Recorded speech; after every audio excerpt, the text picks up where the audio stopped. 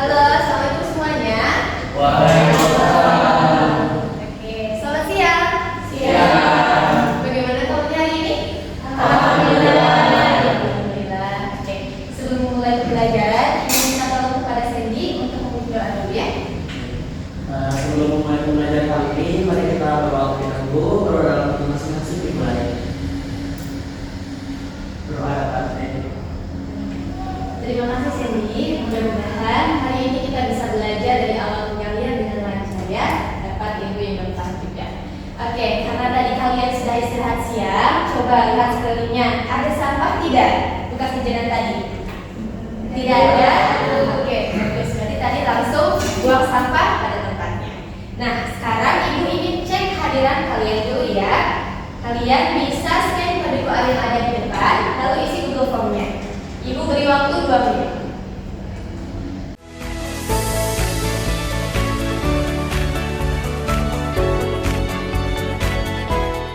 Oke, sekarang ibu lihat apakah kalian benar-benar hadir hari ini.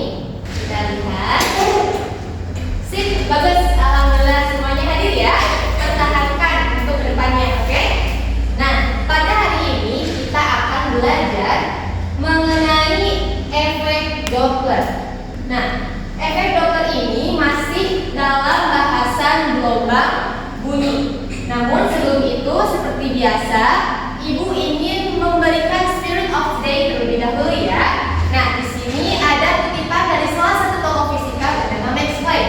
Beliau mengatakan, when you change the way you look at things, the things you look at change. Ada yang tahu maknanya apa? Ya, boleh Alita? Jadi maknanya itu intinya adalah bagaimana kita melihat sesuatu itu. Oke, bagus. Tepuk tangan kita lihat. Betul ya? Jadi contohnya itu penerapannya saat kita sekarang ini. Ketika kita ingin belajar efek Doppler, coba tanamkan pada diri kalian bahwa materi ini cukup mudah untuk dimengerti dan menyenangkan, ya. Kenapa? Karena erat kaitannya dengan sehari-hari, yaitu kita bisa mengetahui penyebab sumber bunyi dapat berubah frekuensinya dari tinggi ke rendah. Nah, sebelumnya ibu ingin bertanya terlebih dahulu, apakah kalian masih ingat dengan materi yang telah kita pelajari di pertemuan sebelumnya? Saya ibu, Boleh dicoba? nah terkait sumber bunyi itu ada gawai, pipa organa terbuka dan juga pipa organa tertutup. Oke, apakah betul sama yang adanya dawai, pipa organa terbuka dan pipa organa tertutup? Dan mereka bisa dikatakan dengan sumber bunyi. Sekarang ibu ingin tanya, jika sirine dalam mobil ambulans atau mobil polisi bisa dikatakan sumber bunyi? Bisa? Oke, sekarang kita lihat gambar yang ada di depan. Nah, sumber bunyi ini itu adalah mobil sirine ini, ya, mobil ambulans ini, yang mana dia bisa mendekati pendengar atau menjauhi pendengar, yang tentunya nanti akan berbeda, frekuensinya akan berubah. Sehingga tujuan pembelajaran kita pada pertemuan hari ini adalah kalian sebagai peserta didik diharapkan mampu menjelaskan dengan tepat pengertian efek Doppler. Yang kedua, menghitung dengan cermat frekuensi gelombang jika pengamat mendekati sumber bunyi. Dan yang ketiga yaitu menghitung dengan cermat frekuensi gelombang jika sumber bunyi mendekati pengamat. Dan yang keempat yaitu kalian bisa menghitung dengan cermat frekuensi gelombang jika pendengar dan sumber bunyi berjalan secara beriringan. Dan yang kelima adalah kalian bisa menganalisis dengan kritis penerapan efek Doppler dalam teknologi kehidupan sehari-hari. Nah, sekarang ibu ingin kalian duduk berkelompok terlebih dahulu ya. Masing-masing kelompok bisa ke depan untuk membawa FPD.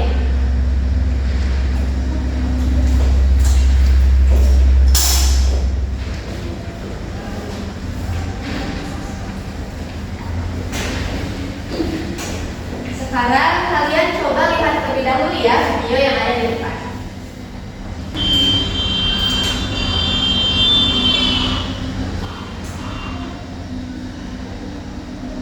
Nah, sekarang kalian coba lihat LKPD-nya. Di nomor 1, di bagian fokus, itu ada pertanyaan ya. Setelah kalian melihat video yang ada di depan, nah, apakah kalian pernah mengalami kondisi atau situasi tersebut? Lalu, jika mobil itu melewati dan mendekati kalian, apakah terdengar frekuensi yang berbeda? Coba diskusikan dengan teman kalian, lalu jawab di kolom yang ada di bawah.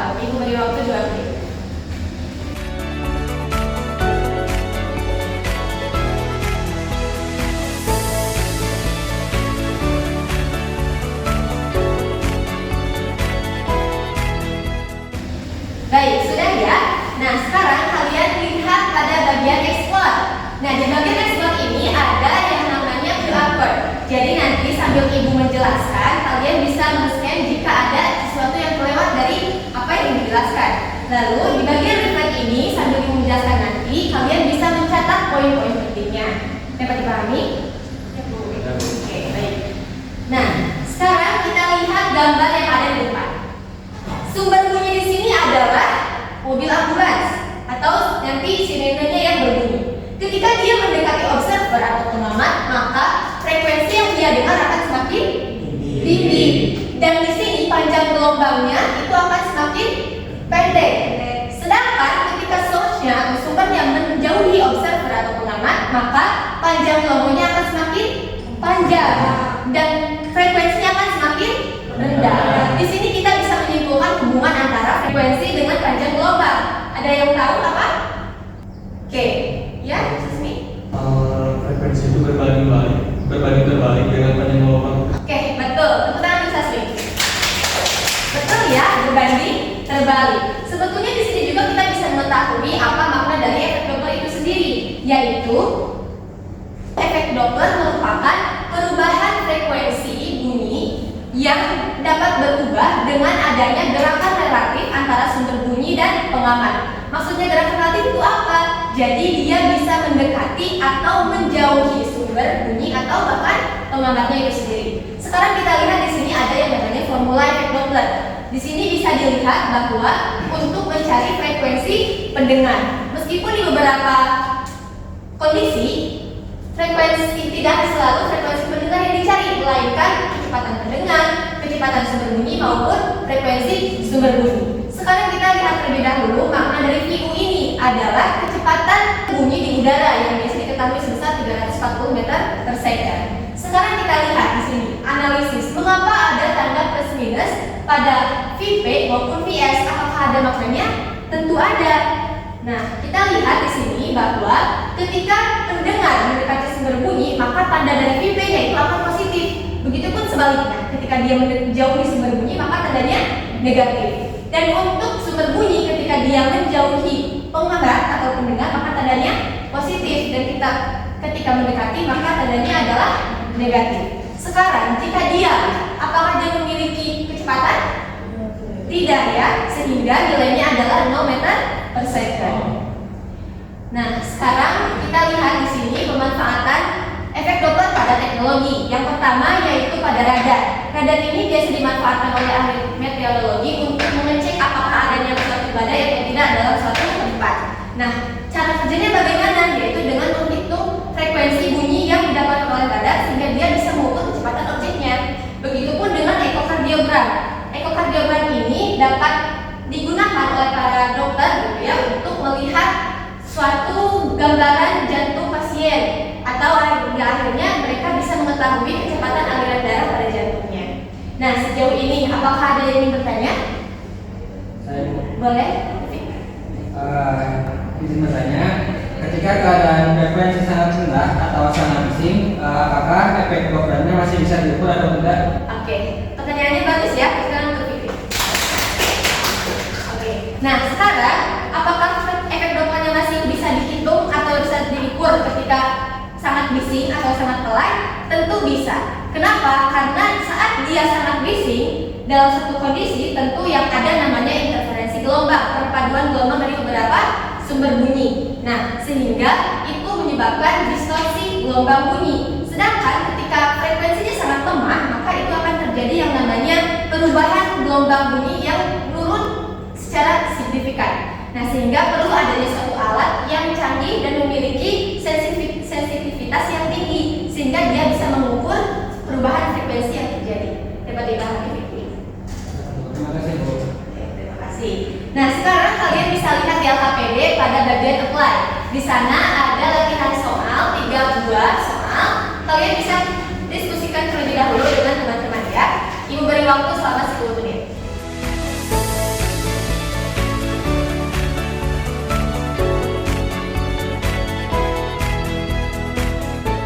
Sekarang kita coba samakan ya jawabannya. Sekarang nomor 1 atau nomor A, ada yang ingin mempresentasikan hasilnya? Iya, boleh. Kalau nomor 1 hasilnya berapa? Jadi hasilnya itu 308,8. Oke, apakah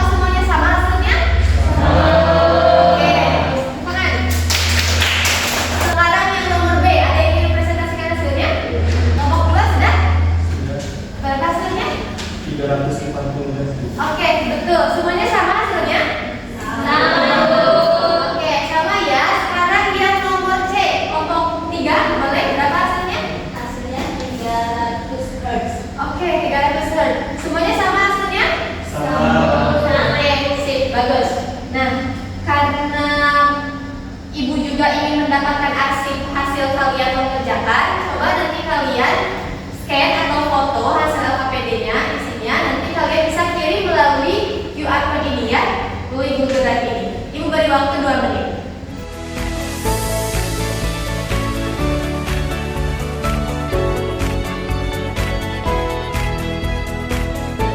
Nah, sekarang ibu ingin kepada salah satu atau beberapa dari kalian untuk menyimpulkan pembelajaran kita hari ini. Ada yang berani? Iya, boleh dari ya? Jadi efek Doppler itu merupakan perubahan frekuensi yang disebabkan oleh gerakan relatif antara pendengar dan bumi. Di mana rumusnya itu V sama dengan VU plus minus V per VU plus minus VS kali VSS. Betul, bagus ya. Senang sekali. Ada yang ingin menambahkan kesimpulan dari Dalia? Saya Boleh, Tasmi? menambahkan terkait penerapan efek Doppler dalam kehidupan dan teknologi, yaitu ada radar untuk mengecek badai dan elektrokardiogram untuk mengukur kecepatan aliran darah manusia. Oke, baik. Tepuk tangan untuk Tasmi. Betul ya, tadi sudah disimpulkan oleh Dalia dan juga Sasmi terkait pembelajaran kita hari ini mengenai efek Doppler, ada pengertiannya, formulanya untuk mencari frekuensi pendengar dan juga penerapannya dalam teknologi. Nah, sekarang ibu ingin kalian untuk mengerjakan latihan soal melalui QR code ini yang nantinya dapat kalian lakukan dengan Google Form ini ya. Nah, ibu beri waktu selama 20 menit.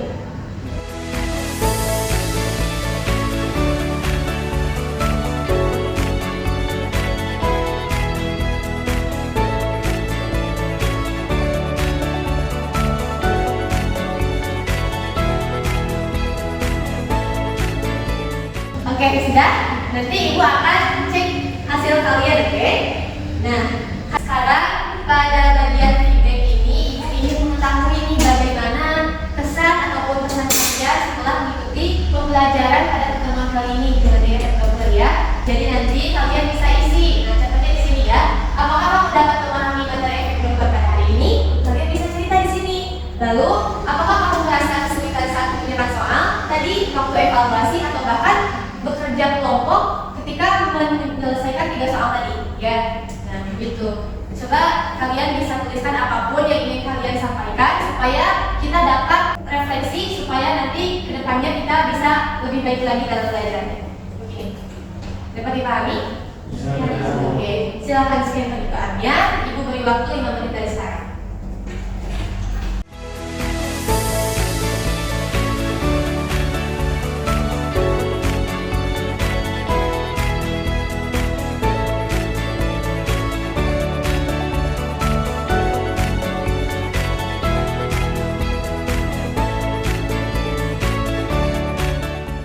Ya, oke, terima kasih.